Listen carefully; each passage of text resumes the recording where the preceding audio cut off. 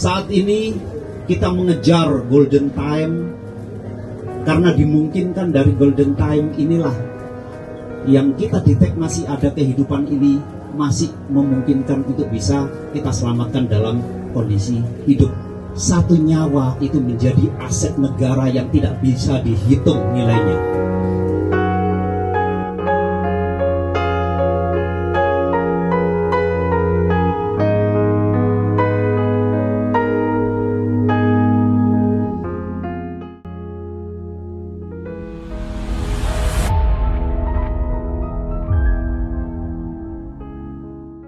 Senin sore tanggal 29 September tahun 2025 saat para santri di Pondok Pesantren Al-Khazini menggelar sholat asar berjamaah di gedung baru yang dibangun 3 lantai di kompleks Pondok Pesantren yang berada di Desa Buduran, Kecamatan Buduran, Sidoarjo.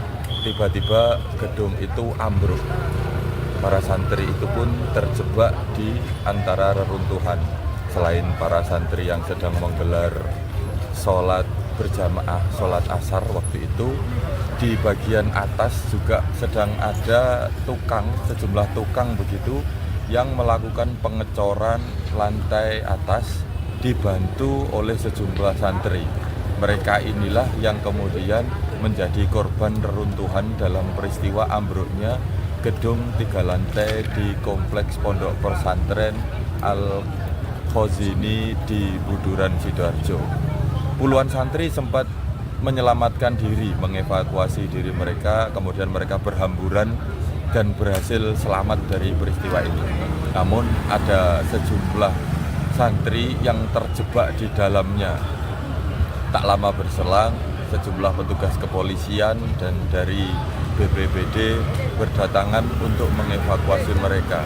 Sejumlah santri berhasil dievakuasi dalam kondisi selamat, tapi sebagian lainnya dievakuasi sudah meninggal dunia. Selain 4 santri yang meninggal dunia, ada 23 santri yang mengalami luka-luka dan harus menjalani perawatan intensif di rumah sakit, di beberapa rumah sakit tepatnya, termasuk di rumah sakit milik Pemkab Sidoarjo, yakni RSUD Notopuro Sidoarjo.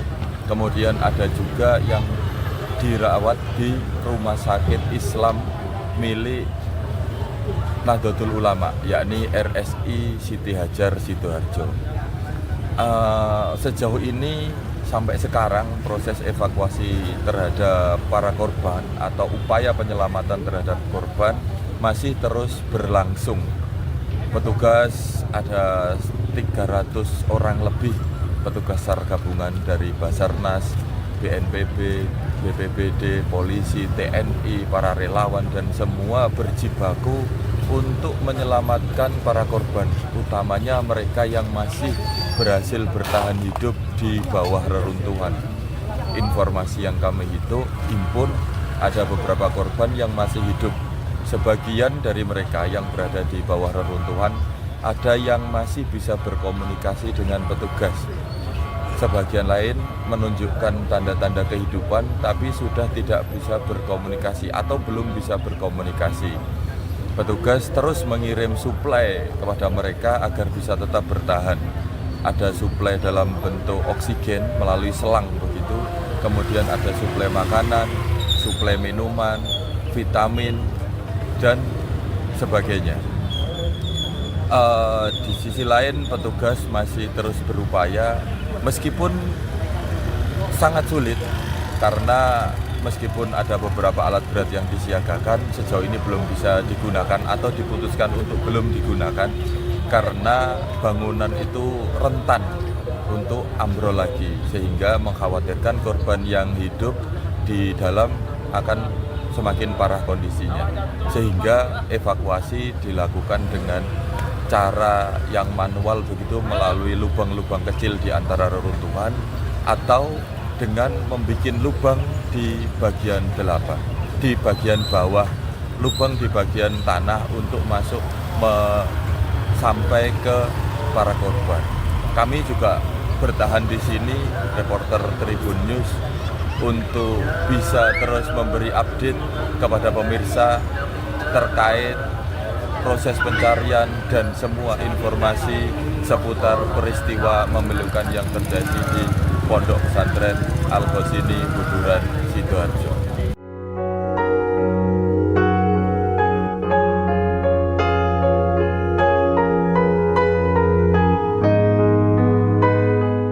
Media, bapak-bapak, ibu-ibu yang juga menjadi bagian dari kesedihan kita. Saya ingin menambahkan apa yang disampaikan oleh Kepala BNPB tadi. Yang pertama, kita semuanya menyampaikan rasa duka yang sangat mendalam atas musibah yang terjadi di Pondok Pesantren Hosini ini, khususnya kepada keluarga-keluarga yang saat ini anak-anak kita yang masih dinyatakan belum ditemukan.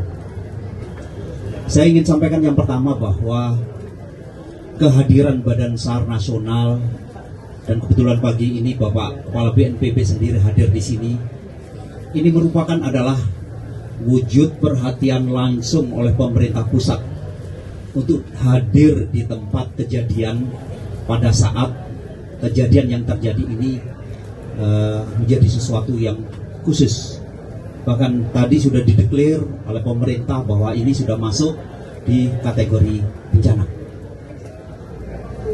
Apa yang dilakukan Badan SAR Nasional pada saat kejadian terjadi, 38 menit informasi itu sampai di kantor SAR Surabaya, dan saat itu langsung tim pertama diberangkatkan, tim kedua diberangkatkan, dan langsung dilaksanakan operasi. Tentunya operasi yang kita laksanakan sesuai dengan amanah undang-undang. Kita akan melaksanakan operasi sesuai dengan ketentuan-ketentuan yang harus dilaksanakan.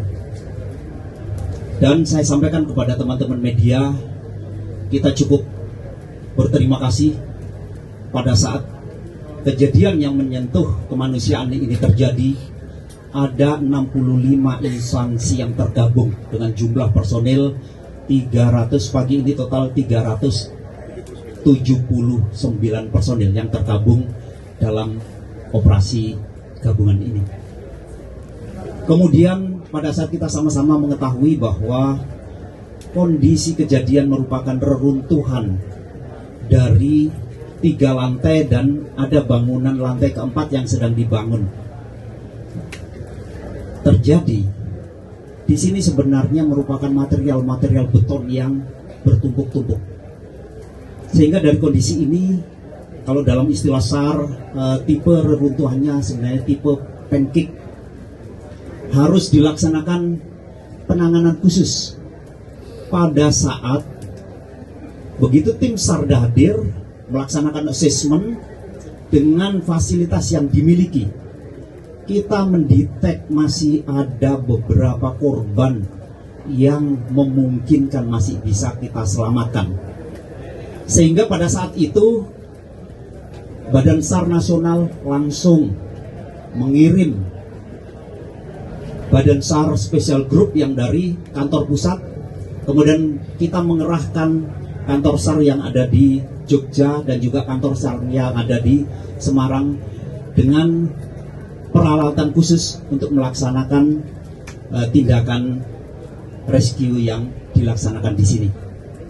Jadi saya sampaikan bahwa pada saat ada korban yang memungkinkan masih bisa kita selamatkan, prinsip Basarnas atau visi dari Search and Rescue Internasional bahwa satu nyawa itu menjadi aset negara yang tidak bisa dihitung nilainya. Karena memungkinkan, apalagi di sini yang menjadi korban adalah anak-anak kita, yang memungkinkan bisa membawa negeri ini mudah-mudahan bisa lebih baik. Karena itu operasi yang kita laksanakan benar-benar serius, menggunakan aturan-aturan yang ada, dan teman-teman juga tahu bahwa kemampuan Badan SAR Nasional tergabung dalam International Search and Rescue Advisor Group. Kita memiliki sertifikat untuk penanganan khusus, sehingga apa yang kita lakukan disitulah kadang-kadang kita butuh teman-teman media untuk bisa mensosialisasikan kepada masyarakat. Bukan berarti kita tidak menginginkan masyarakat untuk ikut bergabung untuk segera melaksanakan penyelamatan bersama-sama.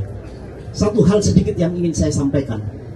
Jadi pada saat kita menggunakan teknologi untuk mendetek di mana ada korban yang masih memungkinkan hidup ataupun yang dinyatakan sudah meninggal, kita memiliki teknologi.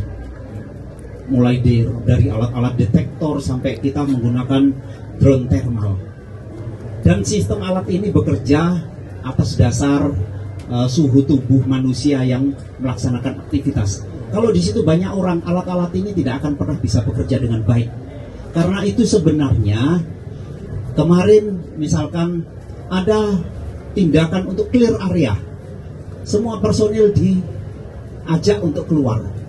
Bukan karena kita tidak kepingin teman-teman media untuk ikut bergabung melihat secara nyata.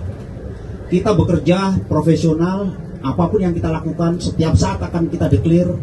Saya melaksanakan press release di kantor pusat Basarnas, sudah saya sampaikan ke teman-teman media, dan saya sampaikan untuk informasi secara berkala. SMC yang ada di sini paling tidak 2 hari akan bisa berinteraksi kepada teman-teman dan juga masyarakat untuk menyampaikan informasi perkembangan operasi yang dilaksanakan. Jadi kita mengharapkan operasi ini bisa segera kita selesaikan. Saat ini kita mengejar golden time, karena dimungkinkan dari golden time inilah yang kita detek masih ada kehidupan ini masih memungkinkan untuk bisa kita selamatkan dalam kondisi hidup. Sesuai teori memang 72 jam. Namun pada saat kita sudah bisa menyentuh korban, kita sudah bisa mensuplai minuman, vitamin, bahkan infus sudah bisa kita berikan, memungkinkan yang bersangkutan ini bisa bertahan lebih lama. Terkait dengan kesulitan, kita tahu sendiri bahwa konstruksi yang saat ini terjadi, reruntuhan ini, satu titik ada getaran saja bisa menimbulkan dampak-dampak yang lain. Sehingga kita akan melakukan alternatif tindakan. Saat ini untuk menyentuh ke titik korban, kita harus kita membuat gorong-gorong di bawah tanah. Dan kalau kita tahu konstruksi awal dari permukaan dasar dari bangunan ini merupakan timbunan-timbunan dari bangunan-bangunan lama. Sehingga pada saat kita membuat galian ini pun beresiko kiri kanan juga ada longsoran-longsoran kecil. Sehingga akses untuk bisa masuk hanya relatif di 60 cm. Karena ada di situ ada kolom-kolom beton-beton yang terjadi. Dan itulah sebenarnya yang kita hadapi. Bukan berarti kita tidak kepingin terbuka masyarakat untuk bergabung, tapi untuk dipahami bahwa pada saat kita melaksanakan tugas khusus dalam rescue ini memang perlu adanya clear area, misalkan seperti itu. Nah, secara teknis mungkin nanti dari tim yang tergabung dalam operasi gabungan ini, Pak Freezer bisa memberikan informasi secara utuh kondisi yang ada mungkin secara umum dan bisa disampaikan untuk bisa memberikan informasi kepada masyarakat.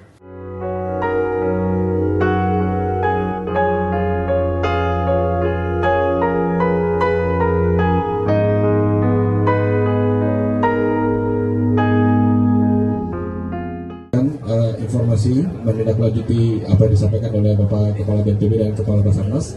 Kondisi umum yang dapat kami sampaikan dan kita sama-sama bisa melihat sendiri dari lokasi bahwasanya konstruksi bangunan yang utamanya dari 4 lantai, lalu kemudian akibat kegagalan konstruksi ini jatuhnya adalah kegagalan konstruksi, kemudian berubah menjadi tumpukan atau istilah internasional itu pancake model. Nah, dari pancake model ini kalau kita lihat gravity of centernya itu ada di posisi sepertiga posisi ke arah kiri. Kalau kita lihat dari sisi sebelah kanan, Pak ya.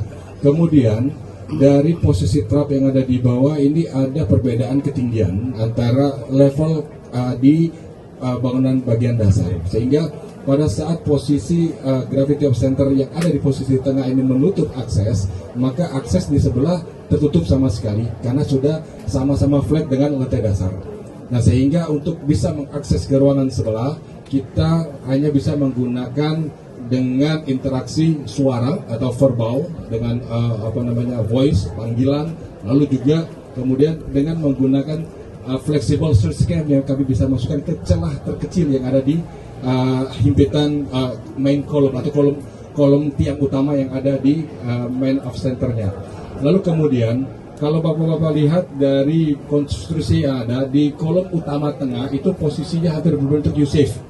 Artinya kalau kita melihat konstruksi dari sebuah bangunan secara standar, standarnya adalah apabila dia mengalami kegagalan konstruksi harusnya dia patah, bukan melengkung. Atau artinya kalau kita melihat ini adalah elastisitasnya sangat tinggi.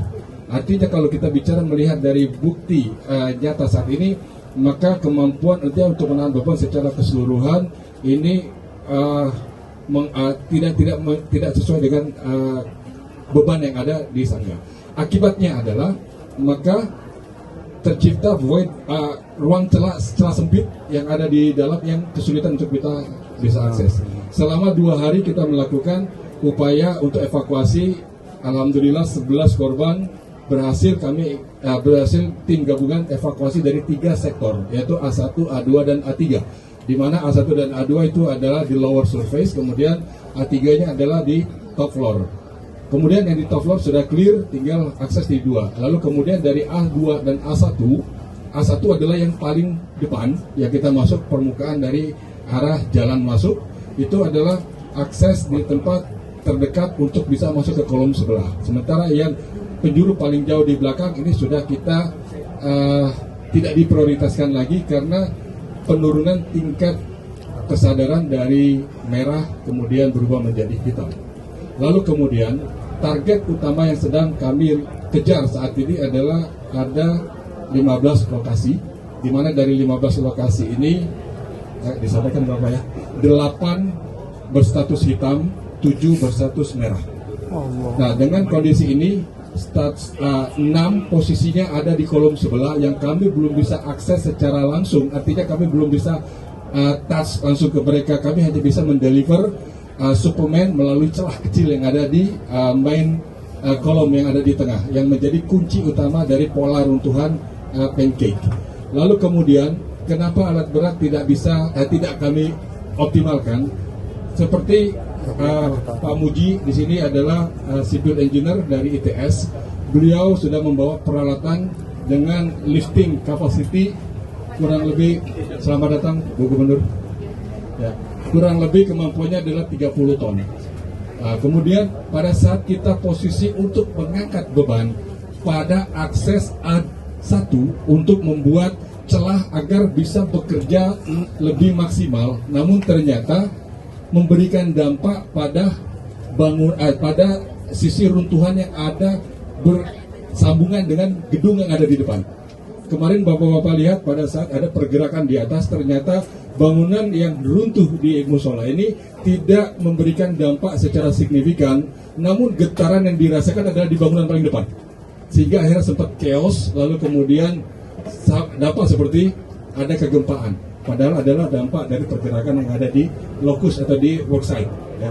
Lalu kemudian pendekatan yang kami utamakan adalah yang pertama di golden time seperti yang disampaikan oleh Kabasarnas tadi adalah 72 jam atau 3 kali 24 jam adalah untuk memberikan kesempatan semaksimal mungkin tim rescue untuk bisa melakukan pendekatan secara aman. Karena kalau kami penetrasi langsung terhadap kolom utama ini akan merubah konstruksi dan juga bentuk susunan, karena informasi hasil analisis dari ITS ini semua sudah kegagalan struktur penyangga semua totally collapse atau gagal total untuk memberikan sanggahan, dan ini diintervensi sedikit saja akan merubah pola runtuhan. Dan rembetannya, mohon izin saya memberikan gambaran seperti spider web, satu titik kita colek maka rembetan getaran itu bisa sampai ke semua sektor yang terconnecting dengan bangunan tersebut, sehingga kami mohon izin diberikan kesempatan keleluasaan untuk bisa memaksimalkan life saving, menyelamatkan korban yang masih memberikan respon. Saat ini di A1 Ada satu korban yang masih bisa memberikan respon secara langsung, dan kami sedang membuat tunnel di bawahnya untuk memberikan kesempatan pembebasan korban karena dia tidak bisa menggerakkan tubuhnya sama sekali karena berada di bawah himpitan bordes. Dan mohon izin saya sampaikan faktor analisis sebelum dan sesudah kegempaan semalam. Sebelum kegempaan, posisi bordes kurang lebih sekitar 15 cm dari surface atau dari lantai. Dengan posisi korban masih bisa menggerakkan kepala. Namun setelah pasca kegempaan semalam, posisi bordes turun signifikan, kurang lebih 10 cm. Turun tinggal tersisih. Sekarang kita bayangkan berapa diameter lingkar kepala untuk anak usia rata-rata remaja.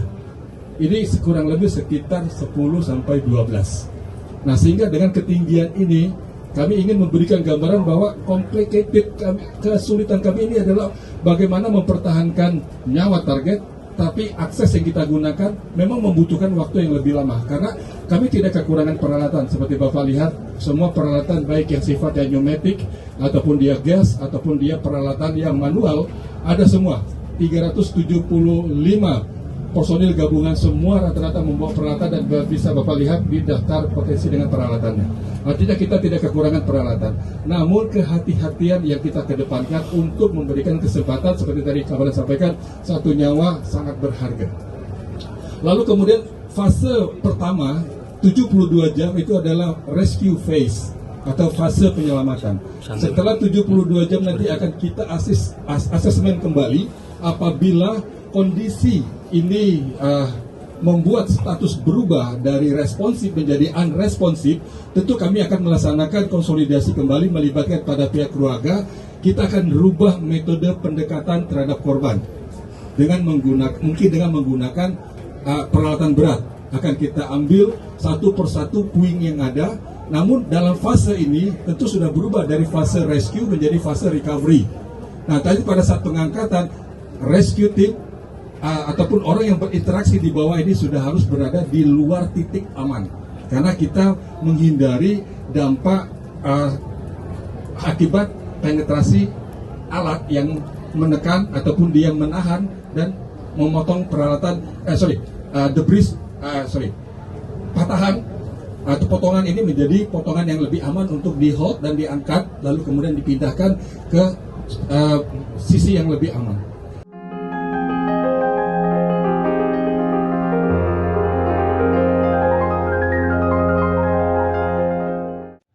Demikian saksi kata tentang peristiwa awal robohnya bangunan di Kompleks Pondok Pesantren Al-Khozini di Duren Sidoarjo. Saksikan saksi kata selanjutnya dari saya M. Taufik, Tribun News Sidoarjo. Download Tribun X sekarang, menghadirkan lokal menjadi Indonesia.